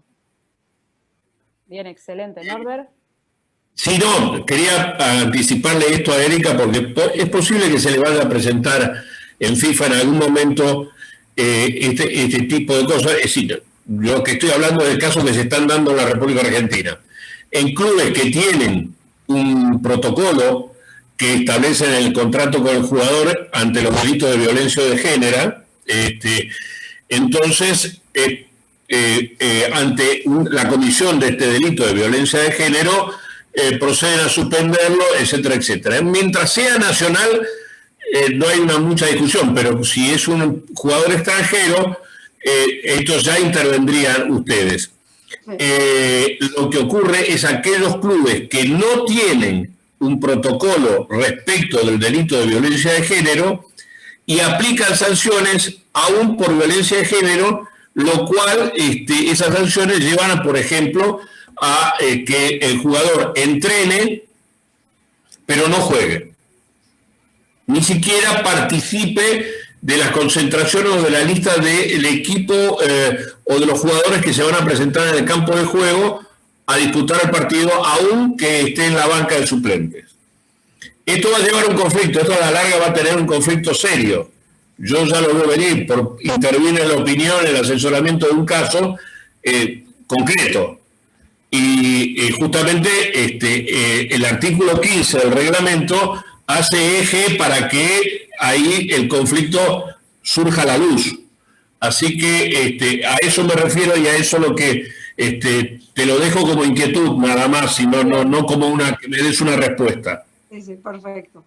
Pero mi duda ahí es esto, porque en teoría el 15 es como no dejar que el jugador juegue sin ninguna justificativa. No digo que sea justificado, lo que quiero decir es que hay una discusión si el club tiene o no justificativa para no ponerlo a trabajar, a lo mejor por la imagen del club, no sé. Otra cosa es que ni le deje entrenar ni deja ningún otro tema, pero el tema de ponerlo a jugar, yo pensando como una abogada, puede venir con distintas justificativas del por qué lo puso o no a jugar. Pero sí, va a ser, si llega seguramente va a ser muy interesante. Y como te decía, ¿no? Cada día tenemos algo distinto. Primero, con estos cambios de reglamento, ahora tenemos los casos que son relacionados con el COVID, que también tenemos que pensar de otra manera. Entonces, cada día desafíos nos faltan y cada día tenemos algo distinto. Si me da tiempo, hablo un poco también del COVID. Bueno, pasando ahora a la compensación y al cálculo de indemnización. Aquí también es importante acordarse que en el pasado teníamos algunas jurisprudencias sobre el cálculo, principalmente con el tema de la mitigación, ¿no? Saben que la regla es, si se aplica el 17, el valor de indemnización es el valor residual del contrato. Entonces se cuentan cuáles son los meses o los años que faltan para el contrato, y este es el valor base de la indemnización. Algunos puntos. En el pasado, o como hay la obligación del jugador de mitigar el valor, de acuerdo a la ley suiza, entonces, si el jugador debería encontrar un trabajo, porque obviamente si el jugador encuentra un nuevo trabajo, un nuevo club, lo que se hace es deducir el monto que está recibiendo con el nuevo club. Obviamente sobre el mismo momento, ¿no? Después entrar en los detalles. Pero bueno, en el pasado lo que se hacía era, si el jugador no encuentra un trabajo, pero sabemos que el contrato aún es válido por año y medio y que hay 3 ventanas de transferencias de entre medio, lo que la Cámara decía es muy probable que el jugador encuentre un nuevo contrato, y por lo tanto, en vez de darle un año y medio, le vamos a dar un año de sueldo y vamos a mitigar 6 meses, porque él va a tener 3 oportunidades para mitigar su pérdida. Bueno, esto era en el pasado. Otra jurisprudencia que también existía, porque a veces pasa, un jugador y un club firman el contrato, luego el club decide que ya no quiere y no ejecuta el contrato. Para nosotros era un caso de no ejecución de un contrato. Y por lo tanto el jugador nunca empezó a jugar y nunca recibió ningún sueldo. La jurisprudencia de la Cámara era, el club tiene que indemnizar al jugador, pero como la ejecución no se inició, se hacía un cálculo. El contrato es de 1 millón, se reducía a 1/3. Esa era la jurisprudencia, pero no tenía base en el reglamento, sino que era una jurisprudencia de la Cámara. Un poco también parecida a la de la mitigación, es decir, el jugador va a tener mucha oportunidad de conseguir otro club, y como la ley suiza, el jugador no puede enriquecerse ilícitamente, entonces se hacía esta mitigación. Bueno, entonces como saben, la reforma del sistema de transferencia se inició por una gran conversación entre los grupos de interés, los stakeholders, y la FIFA. Y en este momento, FIFPRO, el sindicato de jugadores, tenía una demanda en contra de la FIFA. Y, digamos, el primer acuerdo fue cuáles eran los temas más importantes. Y los temas más importantes era el artículo 12 bis, overdue payables. Vamos a hablar de las ejecuciones, que es el artículo 24 bis, y algunos puntos del reglamento. Y ahí entonces se cambió el 14 bis, se puso el 14 bis y el artículo 17. ¿Qué ha cambiado el artículo 17? Que ya no hay más digamos, este espacio para que los miembros de la Cámara decidan si mitigan o no de la manera que hacían antes. Ahora el reglamento es muy claro. Entonces, ahora el reglamento es, ¿cuál es la regla? El máximo que un jugador puede recibir es el valor residual del contrato. Ok, este punto estamos. Pero, y si el jugador tiene un nuevo contrato, entonces se va a reducir este valor. Entonces será el valor residual menos lo que recibe. Aquí es importante una cosa. Digamos que el jugador, el contrato que se rompió aún es válido por un año. Y el jugador no encuentra trabajo los primeros 6 meses. Estos primeros 6 meses la indemnización recibe completa. Si los últimos 6 meses encuentra un contrato, entonces de este periodo se va a reducir. Entonces, digamos que en el contrato que se rompió, él tendría derecho a $100,000 por los últimos 6 meses. El nuevo contrato que él firma con el otro club tiene derecho a 50,000 por este mismo plazo. Entonces, lo que se hace es 100,000 que tendría derecho, menos 50,000 que está recibiendo en el nuevo club, y le da 50,000. Otra vez, 50,000 más los 6 meses anteriores. Entonces, tiene derecho al máximo el valor residual del contrato, reducido en el periodo que tiene contratos concomitantes, el valor. Estamos. ¿Qué es importante aquí? 2 cosas. Si él no encuentra un contrato, va a recibir el valor residual y punto. Y ese es el máximo que puede. Si él sí encontró un nuevo contrato, se va a reducir, como dice, el valor con el nuevo club. Pero, ¿qué hay de nuevo? El artículo 17 ahora trae una indemnización adicional, una posibilidad de que reciba una indemnización adicional de 3 salarios solamente en los casos que se terminó el contrato por impago de sueldo. Entonces, esa indemnización internacional no es para todos, solo en el caso de que al terminar el contrato el jugador invoca diciendo, termino el contrato porque el club no me pagó los sueldos. Puede que haya otras circunstancias, pero hay que haber un impago salarial. Entonces, en este caso, se va a reducir el nuevo contrato, pero se pueden dar 3 sueldos más por este tema. Y vamos más allá. Se creó la idea de egregious circumstances, de circunstancias, ¿cómo es en español? Se me olvidó. Ahora viene, pero indemnización adicional por circunstancias graves, sí, que puede llegar hasta 6 salarios, que va un poco con la ley suiza que dice que es posible una indemnización adicional. Entonces, aquí tengo, creo que 2 ejemplos que puedo dar de algunos casos que tuvimos. Uno, que el club, además de no pagar los sueldos, retuvo el pasaporte del jugador para que no dejara el país. Entonces, en ese caso, la Cámara consideró, obviamente, una circunstancia grave por parte del club, y entonces se añadió 6 meses a la indemnización que tenía derecho el jugador. Y otro que tuvimos fue que no le dejaron entrenar, lo apartaron del club y lo deregistraron del equipo, que por lo tanto significaba que él no podía jugar. Entonces, entre esos dos casos se consideró grave. ¿Qué es importante? Que aquí hay un tema que puede ser hasta 6 salarios, pero no se puede olvidar que el límite sigue siendo el valor residual del contrato. Entonces, el ejemplo es, digamos que el valor residual son 200,000. Si reducimos con el nuevo sueldo que tiene, se baja a 120,000. Pero con los 6, le dan 6 meses más, y con 6 meses más llegaría a 240,000. No, se le va a dar 200,000, porque el límite siempre va a ser el valor residual del contrato. Entonces, esto ahora queda claro. Bien. Entonces, ¿sí? Erika, te interrumpo de vuelta, pero vamos así para introducir las preguntas que justamente son de estos temas. Acá Diana hace una muy buena pregunta con relación a que qué pasa si el nuevo contrato, es algo que nos preguntamos varios, si el nuevo contrato es mayor que la situación actual, digamos, mayor que el residual. En ese caso, solo iría con los 3 salarios. En este caso, solo iría con los 3 salarios. Sí. Exacto. Bien. Exactamente. O 6 salarios si es grave, pero sí. Perfecto. Creo que es interesante en este punto, que tuvimos un par de decisiones, que es qué significa este salario, porque sabe que tenemos contratos que a lo mejor o suben o bajan de acuerdo con temporada. La primera temporada 100,000, la segunda 200, la segunda 300 o al revés. Por la edad del jugador se va bajando cada temporada. Entonces, tuvimos esa discusión en un caso y lo que se decidió era, porque la propuesta era o hacemos el sueldo del momento o se hace un promedio de los sueldos. Hasta ahora la Cámara va con el sueldo actual. Entonces, si en este año, la temporada, el sueldo del jugador son $30.000, se van a dar $90.000. Entonces, se toma el salario que el jugador tenía al momento de la rescisión contractual. Y siempre el salario del club que dejó, digamos. Que dejó, sí. Entonces, el club que dejó, en el momento que se rompió el contrato, ¿cuál era el sueldo? Entonces se da este monto como sueldo adicional. ¿Sí? Bueno, yendo al otro lado, que creo que también es interesante, que la regla ya no es tan clara y no viene como esto, que viene todos los pasos, es al revés.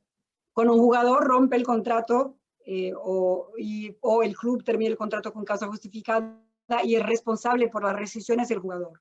Entonces, ¿cómo se calcula la indemnización que se paga? Y aquí es siempre, en teoría sería también el salario, entonces la base también sería cuál es el sueldo que tiene el jugador y cuál es el valor residual del contrato, pero también se miraría qué sueldo tiene el jugador con el nuevo club y se hace un promedio. Esta sería la indemnización. Lo que pasa es que no se puede olvidar que también se toma en cuenta la inversión que hizo el club en el jugador, para tener el jugador. Pero no siempre es así, ¿no? A veces no hay una transferencia, a veces el jugador era un jugador de pase libre o agente libre, no sé cómo se llama en Argentina, y por lo tanto el club no pagó una transferencia. Pero si se pagó una transferencia, además del promedio del salario, se toma en cuenta la inversión no amortizada. ¿Qué quiere decir? Si un club pagó por la transferencia de un jugador 5 millones y el jugador jugó 2 años, cuando se rompió el contrato quedaban 3 años, la base es 3 millones, porque es la inversión que no se amortizó, no sé cómo se llama en español, perdón, más es el promedio de los sueldos. Entonces, esta es una idea. Hay otras cosas que se pueden tener en cuenta de acuerdo al artículo 17, ¿no? El valor que se tuvo para hacer reemplazar al jugador, la especificidad del deporte, hay muchos otros temas. Pero tengo que ser sincera que la Cámara, la Cámara casi siempre se limita a la inversión del jugador que se hizo para la transferencia más el promedio de los sueldos. Recientemente tuvimos un caso así interesante, creo que aún no está publicado porque aún no se notificó la decisión motivada, pero seguro pronto estará. De eso quiero acordar, que todas las decisiones hoy día están en legaldelfifa.com y ya no son más anonimizadas, lo que hace más fácil buscar. Y tuvimos un caso recién en que el club pudo demostrar específicamente que este jugador vino para reemplazar a este jugador y entonces también se tuvo en cuenta esta transferencia. Pero muy difícil hacer esto, tiene que ser para la misma posición y que de verdad se demuestre. Y otro tema que también muchas veces los clubes invocan, pero también es difícil de demostrar, es ofertas que tenían para este jugador. Pero tiene que ser algo que de verdad se demuestra que iba a pasar y no es una oferta de un club amigo que me dice que el jugador vale esto. ¿Qué quiere decir eso? Que lo que se busca es cuál es el valor de mercado del jugador. ¿Cuánto invertí yo en el jugador? ¿Cuánto iba a pagar por él? ¿Cuánto va a pagar el nuevo club? Y de ahí se encuentra el promedio para establecer la compensación. Como hablaba antes, la jurisprudencia de la Cámara es bastante establecida, pero en el caso sí que hay muchas maneras de calcular. Y creo que ahí es interesante, seguramente sabe el caso Webster, el caso Matusalem y tantos otros casos que discutieron. Pero hay algunos casos recientes muy interesantes que el TAS ha dicho, en este caso, que hay distintas maneras de hacerlo. Entonces, es verdad que hay la manera de la FIFA, que es el artículo 17, hay la manera de buscar otros ¿cómo se llama? La especificidad del deporte y el interés positivo, que es de verdad tener en cuenta otras cosas, reemplazo, hay muchos otros. Pero lo que decía el TAS es que no hay una manera correcta.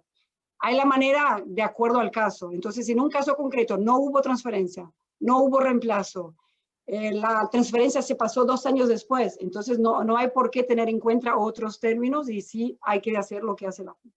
Lo que dice es que hay que buscar para cada caso cuál es la mejor manera de calcular y no que Webster o Matusalem o Dinchenko esté correcto, sino que dependiendo de cada caso y las circunstancias es que se va a decidir en este sentido.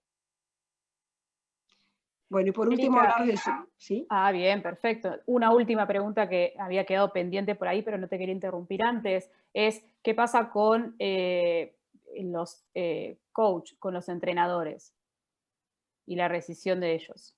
¿Cómo se calcula la indemnización? Bien. Bueno, muy interesante ahí porque saben que hasta ahora el 17 es muy específico para los jugadores, pero más o menos se hace muy parecido, se mira cuál es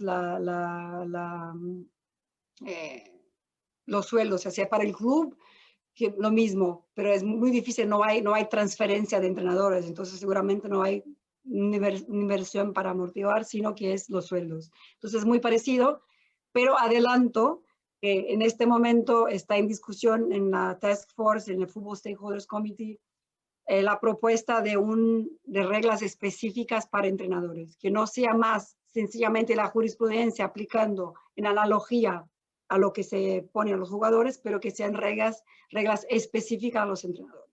Que obviamente será, al fin y al cabo, traducir en papel la jurisprudencia de la Cámara, pero con las nuances de entrenador. Entonces, como que esperen, yo creo que en enero ya tendremos grandes novedades. ¿Sí? Perfecto. Como Gracias. saben, no solo esto, entrenadores, fútbol femenino, derecho de formación con una nueva cara, la clearinghouse, hay muchos temas nuevos, agentes y muchas cosas que están y que yo estoy a raíz de la discusión porque como son parte del reglamento y tienen que pasar por la comisión del estatuto de jugador, entonces terminamos ahí en medio de todo esto. Así que hay muchas novedades por llegar. ¿Sí? Bueno, paso... no, eso es importante también. Bueno, creo que obviamente lo saben, pero no queda de más acordar que la importancia aquí, que muchas veces va a decir, bueno, pero el jugador, ¿cómo va a pagar 6 millones al club? ¿Cómo va a poder? Bueno, está la responsabilidad solidaria del nuevo club, ¿no? Entonces, es decir, si el jugador rompe el contrato y firma un contrato con un nuevo club, la Cámara va a decir, el jugador rompió el contrato, el jugador tiene que pagar 1 millón y el nuevo club del jugador es responsable solidario al pago de este monto. Aquí importante 2 cosas. Una, el club con el invitado puede venir con los argumentos que quiera, pero si el club es el nuevo club del jugador, es responsable del pago. Ahí no hay discusión. Lo que sí se puede discutir es el tema si indujo o no la rescisión contractual. Y ahí es un tema solo de si va a sufrir sanciones deportivas o no. Pero el tema de la responsabilidad solidaria del pago, hay un margen muy, muy pequeño. Hemos tenido un caso otro que, por ejemplo, se demostró que era el club de préstamo y alguna discusión, pero en general casi siempre no hay discusión y la Cámara dice, si es el nuevo club, tiene que pagar. Y ahí quedamos. Pero sí pasó, ya tuvimos casos, por ejemplo, que el jugador fue el último club, después de eso se jubiló, no había club solidario. Hay casos muy específicos que no, pero en la gran mayoría de los casos la decisión es así y es importante tenerlo en cuenta. Aquí creo que no hay muchas cosas interesantes que hablar, por esto voy a ser corta, porque aquí es más un tema de que los casos típicos son en casos de transferencias entre clubes, que siempre vamos a mirar el contrato de transferencia, se va a mirar casi siempre la suma de dadas y hay muchos siempre temas de cuotas, de pagos condicionales, penalidades e intereses. Pero yo diría que no hay una complejidad tan grande como los casos de disputas contractuales. Como no tenemos mucho tiempo, a menos que tengan preguntas, yo saltaría al tema del 24 bis, porque creo que es interesante. Entonces, como hablábamos antes, como hablaba Ricardo, es verdad que tardaron mucho en decidir los casos y además las partes tenían que después ir al TAS y después de confirmado, si no reciben el pago, un nuevo procedimiento era necesario ante la comisión disciplinaria.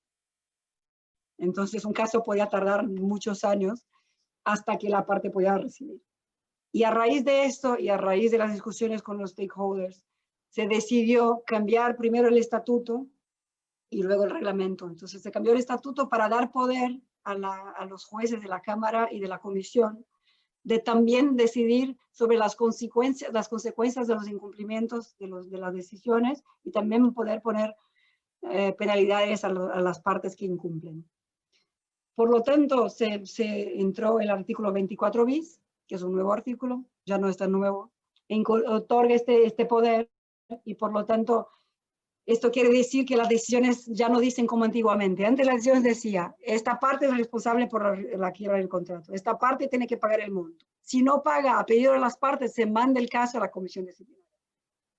Y eso podría parecer mucho tiempo. Ahora dice, si él, por ejemplo, si es el club tiene que pagar al jugador 1 millón. Si el club no paga 1 millón dentro de 45 días, desde que recibe los datos bancarios del jugador, el club va a sufrir sanciones. Y lo mismo al revés. Es importante una cosa, en este momento, creo que va a cambiar, pero en este momento esto se aplica entre clubes y entre club y jugador. Si es una demanda con entrenador, sigue siendo competente la comisión disciplinaria. Pero para clubes y jugadores, las demandas que sean posterior a junio de 2018, que ahora todas son, por suerte, se aplica el 24 bis. Y por lo tanto, en la misma decisión, en el cuerpo de la decisión dice, si no se paga, en el caso del club, prohibición de registrar jugadores hasta 3 ventanas, y en el caso del jugador, suspensión de jugar. Importante, es distinto del artículo 17, es decir, cuando un club está sancionado o el jugador está sancionado por haber rompido el contrato, la sanción no se cambia, la sanción se cumple hasta el final. En el caso del 24 bis, la sanción está impuesta hasta que se pague.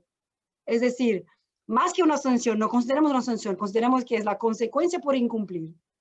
Y por lo tanto, al momento que se paga el monto total, se levanta la sanción. Entonces, una sanción que tiene el sentido de incentivar y obligar a que las partes cumplan con la decisión. Bien, Erika, hay una pregunta acá interesante. ¿Cuál es el porcentaje aceptado como cláusula penal por FIFA, además del 5% anual en las deudas entre clubes? Bueno, de acuerdo a la ley suiza, el máximo es el 18%. Entonces, en general, si no dice nada, nosotros aplicamos 5%, pero hay un límite que es el límite de la ley suiza. Y otra cosa que es importante es que se acepta porcentaje e interés y cláusula penal, pero no se impone la cláusula penal interés. O sea, los intereses solo entran en el monto principal. Y es importante también saber que la cláusula penal, la comisión siempre va a mirar la proporcionalidad. Entonces, si es una penalidad 3 veces el monto en disputa, lo reducen y lo hacen proporcional. ¿Sí? De la ejecución, ¿tenían alguna pregunta? No, acá estoy viendo una pregunta que creo que es algo que igual ya charlamos, pero bueno, aprovecho el espacio. Pregunta Edwin, cuando es un préstamo con promesa de compra y al terminar el préstamo no se compra el jugador, pregunta si hay alguna indemnización. Depende de la consecuencia que está en el contrato. Tal cual. Porque muchas veces está que sí, pero desde que el club notifique y haga un pago, entonces ahí depende mucho de lo que dice el contrato y de las consecuencias que existen. Perfecto, bien. A ver, Norberto, ahí te...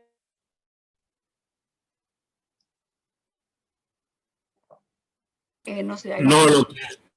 Aclarar que son estos problemas del idioma, Erika. Una cosa es la promesa de compra y otra cosa es la obligación de compra. Exacto. Entonces, yo pienso que deben haber hablado de obligación de compra e incumplimiento de obligación de compra y no de promesa de compra. El tema de idioma es un tema que ya hemos tenido muchos vaivenes y sobre todo las traducciones al castellano y del castellano a otro idioma es algo que tenemos que tomar con mucho cuidado porque si no seguramente vamos a decidir incorrectamente, ¿no? Yo creo que una cosa es la promesa y otra cosa es la obligación, ¿no? Y sí, mira, y más que el nombre es importante lo que dice la cláusula. Y ahí sí, siempre digo, es un trabajo, tener un buen abogado te puede salvar de mucho dolor de cabeza, justo para esto. Y siempre también tener en cuenta que ahora el TAS también, ahora el español es un idioma oficial, y por lo tanto no debería haber problemas, pero siempre es importante, no importa mucho el nombre de la cláusula, sino el contenido de la cláusula. Y si hay dos versiones, decir cuál prevalece, ¿no? Porque también a veces tenemos contratos dobles, en español en inglés, en español y en chino, y es importante decir cuál prevalece. Pero como siempre digo, es un tema de prueba, de carga de la prueba de las partes, y de cuál es la consecuencia que las partes han pactado.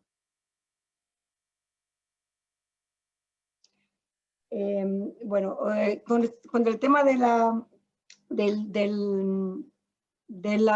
las sanciones o de las consecuencias del 24 bis, también creo que es importante porque hemos tenido muchas preguntas, incluso de Argentina, de Brasil y de las federaciones. Es importante que el reglamento dice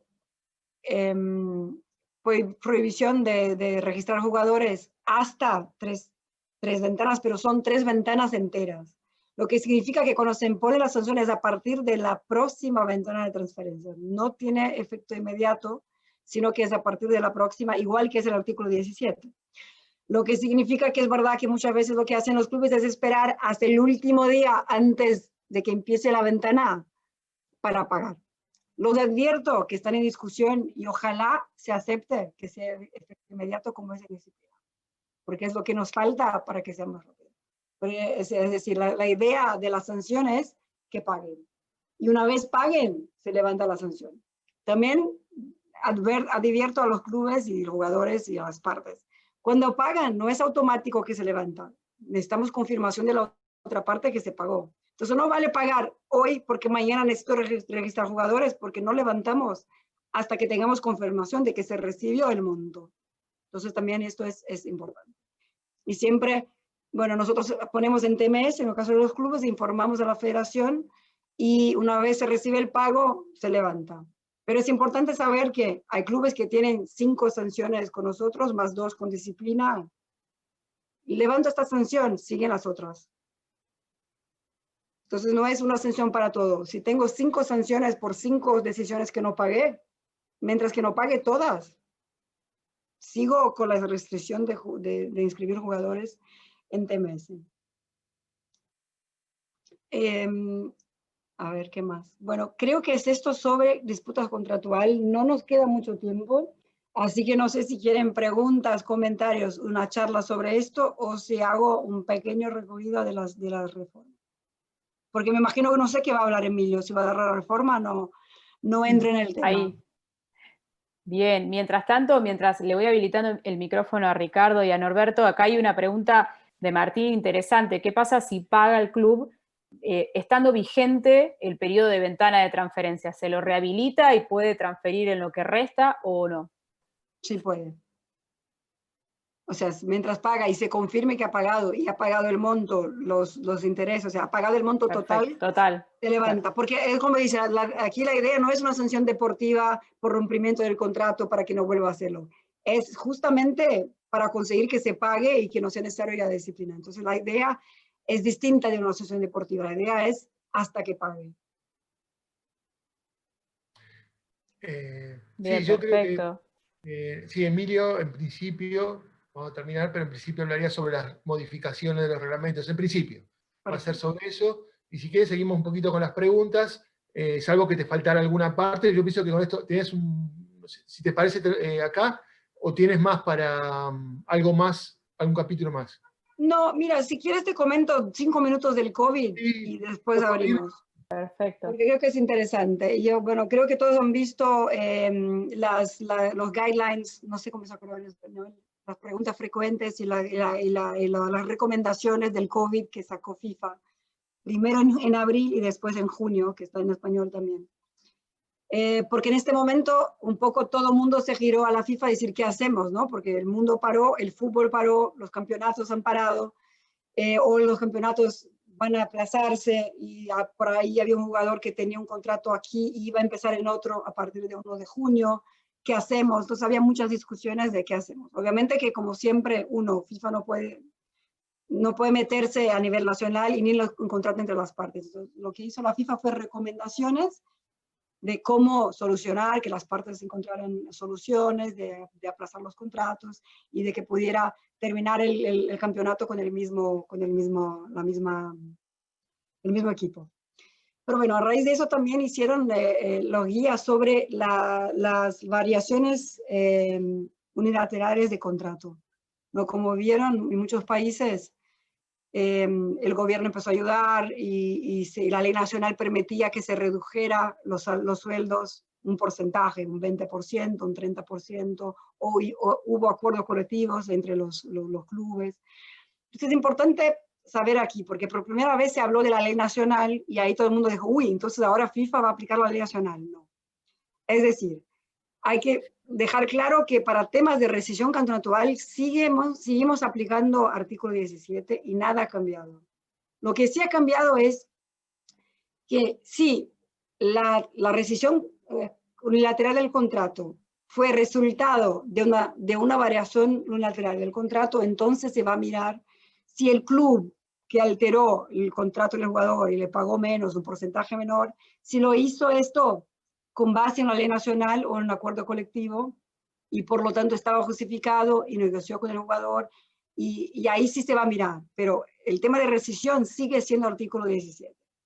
Obviamente que no tengo mucho que contar en el sentido de que tuvimos por ahora 50 casos de COVID que hablamos. Pero yo diría de esos 50 casos, un 80% no son exactamente, que digo, hardcore COVID, porque son nada más casos en que, como tantos otros temas, COVID es un argumento, es decir, no he pagado los sueldos porque hay crisis y por el COVID y por lo tanto se terminó el contrato. Entonces, no es exactamente lo que se habla en los guías. Tuvimos 2 o 3 casos en que sí hablaron por la ley nacional, yo podía reducir un 20% y el jugador terminó el contrato. El tema es que hasta ahora muchos de estos, o el club no ha podido demostrar que hay una ley nacional o hay un acuerdo colectivo, o incluso sí hay, pero no es que se redujo 20%, no pagó nada y ya venía con retraso de 3 meses. Entonces, aún no tuvimos una decisión en que se reconoció que podía hacer la variación y que el jugador no tenía causa justificada. Creo que vamos a tener, porque el número de casos de COVID que tenemos es bastante grande, pero hasta ahora no tuvimos algo específicamente como esto. Y como saben, seguimos monitoreando la situación y a lo mejor vienen nuevas enmiendas temporarias, pero en este momento lo que sí tenemos es más flexibilidad con los deadlines, que 15 días en vez de 10 días de las extensiones. En este momento no se pagan avances de costas ni costas hasta diciembre, y a fines de diciembre se vuelve a mirar la situación. Yo me imagino que va a seguir por más un tiempo, porque obviamente creo que el mundo está en crisis, el fútbol, y como pueden ver en Europa, por favor cuídense, porque aquí volvemos a una situación bastante mala y ya veremos qué va a pasar en el futuro. Creo que es esto de mi parte. Abro para preguntas, comentarios, otros temas de Play Status que les interese. Bien, perfecto. Erika, y con relación a esto que manifestaste del COVID, si se puede acreditar que había una regulación nacional específica que habilitaba la reducción o la suspensión o lo que fuere, en esos casos, ¿ustedes lo considerarían válido? Claro, ahí establecemos que puede mirar incluso en los guías que hay que estar esto, pero también hay que demostrar que el club ha hecho esa negociación con todos los jugadores, que ha tratado a todos de manera igualitaria, bien, que esta reducción es proporcionada, es decir, si miran la guía que está en FIFA, están todos los puntos y pasos que va a mirar la Cámara. Perfecto. Y también puedo decir que también es otro tema, que en teoría el artículo 17 no permite mitigación, pero es verdad que los miembros ya están empezando a mirar la situación específica y por ahí puede que haya algún cambio en el sentido de cálculo de indemnización por la situación específica de la pandemia, que la verdad, como siempre digo, reglas generales para lo general, momentos extraordinarios, hay que tener también un poco de flexibilidad, como tuvimos también para los periodos de transferencia, registro, todos estos temas que día a día tenemos que mirar. Tal cual, una situación extraordinaria sin dudas. Aquí tengo una pregunta, perdón, ya apareció otra, una pregunta acá en el chat. ¿Cuál es la jurisprudencia actual de la CRD en los reclamos de los jugadores contra clubes por el porcentaje de transferencia? Que hay ciertos países que reconocen un porcentaje de transferencia a favor del jugador, como por ejemplo el caso de Argentina, Ecuador, Uruguay, cita algunos ejemplos. Según lo que ya manifiesta en la misma pregunta Martín, la CRD rechaza estos reclamos cuando el porcentaje no está expresamente reconocido en este contrato. Bueno, insiste sobre la pregunta, entonces, ¿por qué es que lo rechaza? ¿Cuál es la jurisprudencia actual y demás con relación a este tema? Mira, este tema es un tema interesante y siempre digo que hay que mirar siempre los dos lados, ¿no? Porque lo que hablaba al principio, de que intentamos encontrar siempre reglas que sean uniformes y armónicas para tratar las partes de manera ecuánime, ¿no? Y aquí hay que pensar de los dos lados. Te pongo un ejemplo antes. Entonces, por ejemplo, si en la ley nacional, porque hay países así que dicen, si el jugador desobedece o si el jugador le responde al entrenador, el club puede terminar el contrato. O el club puede dejar de pagar el sueldo por 3 meses. Es decir, si aplicáramos la ley nacional, hay que aplicar para los dos lados. No puedo aplicar porque le beneficia al jugador, pero no aplicar porque no le beneficia. Entonces, en general, se podría aplicar si esto está en el contrato. Es decir, en el contrato dice, de acuerdo a la ley nacional, además de la remuneración que acordamos, tiene derecho a un 10%. Pero porque casi siempre es decir, con esto puede ir porque también casi siempre, si puedo acordar 2 casos que tuvimos, la ley nacional dice que tiene derecho a 10%, pero también dice que es competente la Corte de Argentina. Entonces el jugador sí puede pedir esto, pero ante la Corte Argentina y no en la Cámara. Porque en el contrato de trabajo no se especifica ese monto. Otra cosa es que aquí también se dijera, de acuerdo a otra ley, tiene esto, pero está en el cuerpo del contrato como derecho, porque si no, tendríamos que entrar en la ley nacional de cada país, analizarla, y ahí no sería solo para el sueldo, sería para todo. A lo mejor para la FIFA el reglamento no es causa justificada terminar el contrato por bajo rendimiento, pero a lo mejor en Argentina es. Y que la Cámara entrara en cada ley nacional y aplicara, yo diría que sería casi imposible. Claro, perfecto. Bien, excelente. Tenemos acá también otra pregunta con relación al TMS.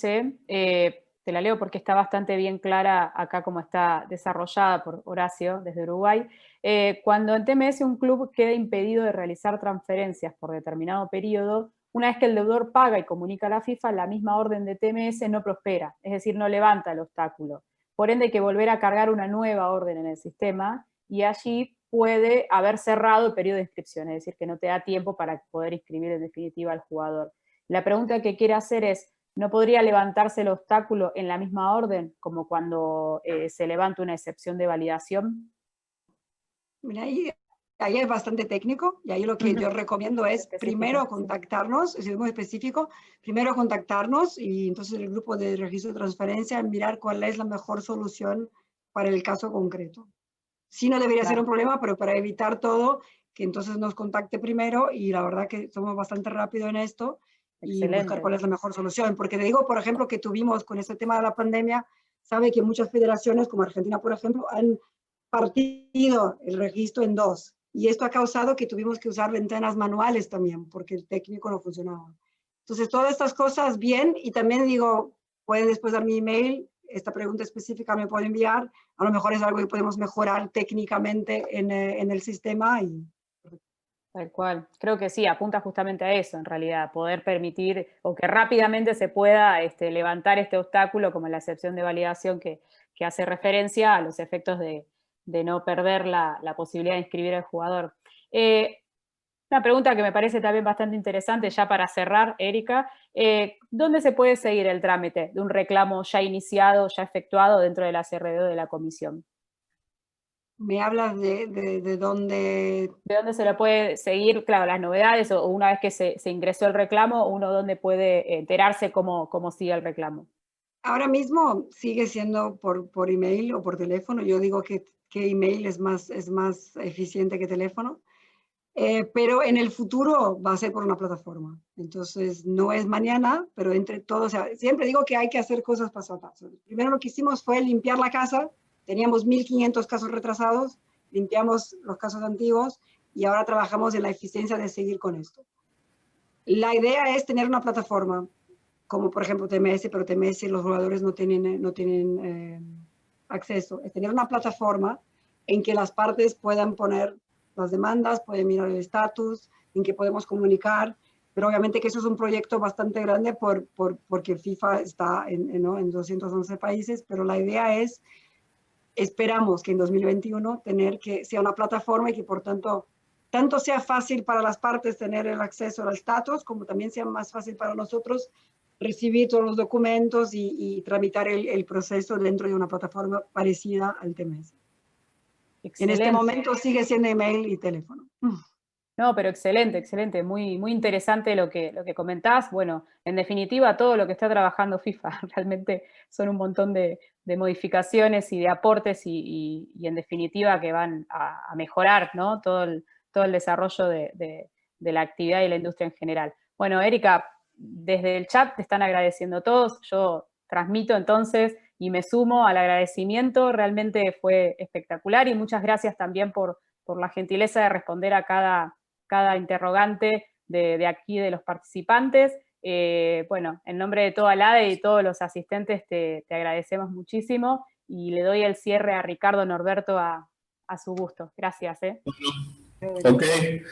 Bueno, Erika, desde ya muy amena y muy linda tu exposición. Alegría mía personal de conocerte y la verdad me siento muy satisfecho y muy orgulloso de tu presencia. Desde ALADE te volvemos a repetir, te agradecemos muchísimo la gentileza que has tenido de disponer de tu tiempo y desde ya siempre vamos a estar a servicio tuyo para lo que nos requieras y indudablemente te vamos a seguir molestando y esperemos que después del COVID puedas venir a Buenos Aires y compartir con nosotros alguna cena, algún asado, alguna cosa. Así que te doy un abrazo grande, cuídate y estamos para tu disposición. Bueno, yo por mi parte igual en nombre de ALADE y todos repetir lo de Norberto y agradecerte, Erika, de todo corazón porque fue un lujo enorme. Si alguien tendría que explicarnos esto, sos la persona indicada y la verdad con una claridad impresionante. Y también, ¿sabes qué? Uno queda con la sensación de uno estar tranquilo, como abogado, digamos, que desde tu conducción, desde Emilio, todos están llevando un criterio de realismo en las cosas, ¿no? Como me parece como que no quedan atascados en formalismos, sino vamos al grano, a ver qué quisieron las partes. Y con ese espíritu se ve que están trabajando. Así que, nada, muchísimas gracias concretamente por tu participación, por tu generosidad, tu tiempo. Vos son las 9 de la noche allá, tendrías que estar cenando y estás con nosotros, con este grupo de gente. Así que, bueno, 1.000.000 de gracias, Erika, como dice Norberto, esperemos volver a vernos y te damos la palabra para que cierres porque tu reunión, porque has sido la dueña de la reunión. No, bueno, quería agradecer muchísimo la invitación, el cariño, el intercambio, la verdad que es un placer. Espero que la próxima sea en vivo y precisamente porque para mí es muy importante el intercambio y poder ver a todos, pero decir que, bueno, que estamos aquí siempre digo, para las críticas y para los cumplidos, pero para este diálogo, porque creo que solo enriquece todo el procedimiento. Digo que en el futuro ya garantizo que vamos a empezar a hablar también con los abogados para pedir, porque creo que son los clientes de lo que hacemos y también para poder mejorar lo que necesiten. Aquí estamos también para las críticas, para que podamos mejorar. Queda mucho por hacer, pero también es lo que es lindo y lo que me ha hecho volver. Exactamente esa ilusión de poder hacer un proyecto que tiene sentido. Espero que no les haya aburrido mucho. Fue un placer y bueno, que se cuiden mucho en este tema de pandemia y que no sigan el ejemplo de Europa porque vamos mal. Muito obrigada. Muchas gracias. Gracias, Erika. Gracias a todos y nos vemos el próximo jueves.